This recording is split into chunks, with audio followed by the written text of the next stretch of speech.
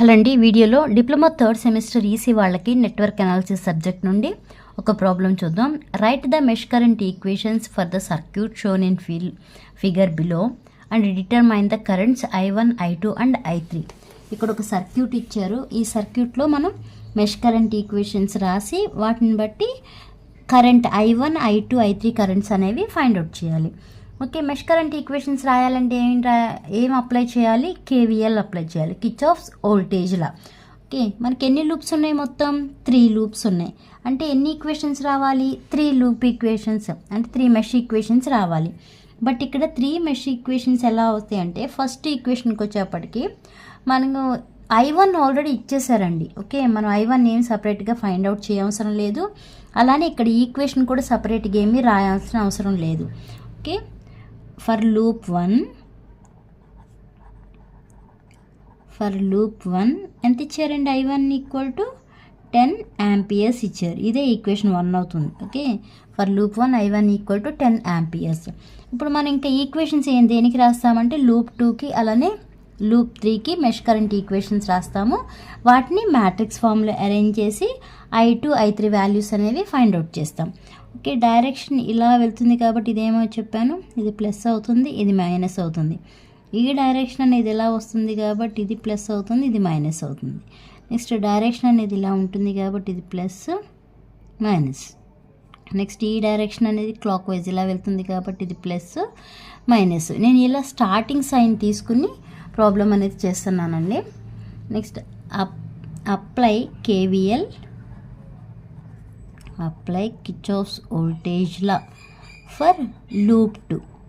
Okay, loop 2కి KVL apply చేస్తున్నాను. ఇప్పుడు చూడండి, డైరెక్షన్ ఎలా ఉంది? ఇలా ఉంది. స్టార్టింగ్ సైన్ ఏముంది? ప్లస్ ఉంది. అంటే 3 ఆఫ్ ఏమని వేయాలి? I2 - I1 అని వేయాలి. ఓకే, ఎందుకంటే ఈ రెసిస్టర్ అనేది I1కి అలానే I2కి కామన్గా ఉంది. ఇటేమో క్లాక్ వైజ్ డైరెక్షన్, ఇది కూడా క్లాక్ వైజ్. అంటే ఇలా చెప్పాను కదా, ఇక్కడ ప్లస్ ప్లస్ మైనస్ మైనస్ వస్తే ఇక్కడ I2 + I1 వస్తుంది. ఇలా ఉన్నప్పుడు I2 - I1 వస్తుంది. ఓకే, నెక్స్ట్ ఇలా వెళ్తున్నాం. ఇలా వెళ్తున్నప్పుడు స్టార్టింగ్ సైన్ ఏముందండి? +10 volts ఉంది. నెక్స్ట్ ఇలా వచ్చినప్పుడు +2 ఆఫ్ ఇక్కడ ఏమని వేయాలి? I2 - I3 వేయాలి. ఎందుకంటే ఇప్పుడు మనం ఈ 2 ohm రెసిస్టర్ అనేది లూప్ 2కి అలానే లూప్ 3కి కామన్గా ఉంది. నెక్స్ట్ ఇక్కడ క్లాక్ వైజ్ డైరెక్షన్సే ఉన్నాయి కాబట్టి రెండు. ఫస్ట్ I2 ఎందుకు వేస్తామంటే, ఇప్పుడు మనం కన్సిడర్ చేసింది లూప్ 2 కాబట్టి లూప్ 2లో ఫ్లో కరెంట్ ఏంటిది? I2 కాబట్టి I2 - I3 వేస్తాం = 0. ఇప్పుడు మల్టిప్లై చేయండి. 3I2 - 3I1 + 10. ఇప్పుడు 2తో మల్టిప్లై చేయండి. 2I2 - 2I3 = 0. First I1 రాస్తున్నానండి. -3I1 ఉంది కదా, -3I1. నెక్స్ట్ I2 టర్మ్స్ ఎన్ని ఉన్నాయి చూడండి. ఇక్కడ 3I2 ఉంది, ఇక్కడ 2I2 ఉంది. రెండు ప్లస్లే కాబట్టి 3 + 2 ఎంత అవుతుంది? 5 అవుతుంది. 5I2. నెక్స్ట్ ఇక్కడ -2I3 ఉంది. ఇక్కడ ఎంత ఉంది? +10 = 0. మనకి ఫస్ట్ ఈక్వేషన్ I1 = ఎంత అని చెప్పాము? ఆల్రెడీ ప్రాబ్లంలో ఇచ్చేసారు. ఇది 10 amperes కదా. ఇక్కడ I1 వాల్యూ సబ్స్టిట్యూట్ చేయండి. ఓకే, I1 = ఎంత? 10 కదా. ఇప్పుడు ఈ I1 ప్లేస్లో 10 సబ్స్టిట్యూట్ చేయండి. అంటే -3 I1 ప్లేస్లో ఎంత సబ్స్టిట్యూట్ చేయాలి? 10 సబ్స్టిట్యూట్ చేయాలి. +5I2 - 2I3 + 10 = ఎంత అండి? 0. ఓకే, -3 కదా, 3 × 10 అంటే ఎంత అవుతుంది? -30 + 5I2 - 2I3 + 10 = 0.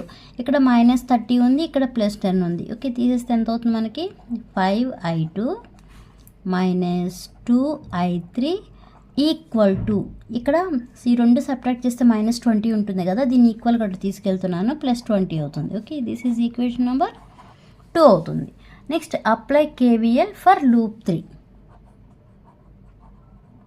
Apply Kirchhoff's voltage law for loop 3.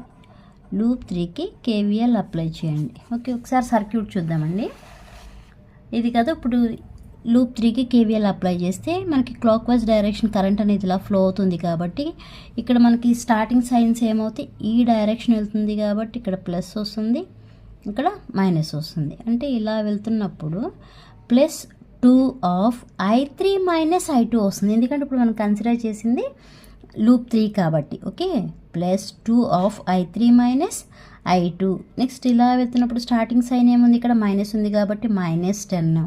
Next ఇలా వస్తున్నప్పుడు +1 I3 = 0 అని వేయాలి. ఓకే, ఇక్కడ ఏమని వేయాలని చెప్పానండి, 2 ఆఫ్ I3 - I2 -10 + 1 I3 = 0. ఇప్పుడు 2తో మల్టిప్లై చేయండి. 2I3 - 2I2 -10 + 1 I3 = ఏమవుతుంది, 0 అవుతుంది. ఓకే, ఫస్ట్ I1 చూద్దాం. I1 లేదు, I2 ఉంది కదా. ఫస్ట్ I2 నోట్ చేయండి, 2I2. నెక్స్ట్ I3 చూడండి, ఇక్కడ +2 I3, ఇక్కడ +1 I3. అంటే ఏమవుతుంది, +3 I3 = ఈ -10 ఈక్వల్కి అటు పంపిస్తున్నానండి, +10 అవుతుంది. Okay, this is equation number 3. ఇప్పుడు ఈ ఈక్వేషన్స్ని మ్యాట్రిక్స్ ఫామ్లో అరేంజ్ చేయండి. అరేంజ్ చేసి మనం ఏమేమి ఫైండ్ అవుట్ చేయాలి. I1 ఆల్రెడీ వచ్చేసింది, ప్రాబ్లమ్ని ఇచ్చారు. I1 ఎంత అండి, 10 amperes వచ్చింది. రిమైనింగ్ మనం ఫైండ్ అవుట్ చేయాల్సింది ఏంటి, I2 అండ్ I3 అని ఫైండ్ అవుట్ చేయాలి. అంటే ఇప్పుడు ఈ 2 ఈక్వేషన్స్ని మనం మ్యాట్రిక్స్ ఫామ్లో అరేంజ్ చేయాలి. Okay, arrange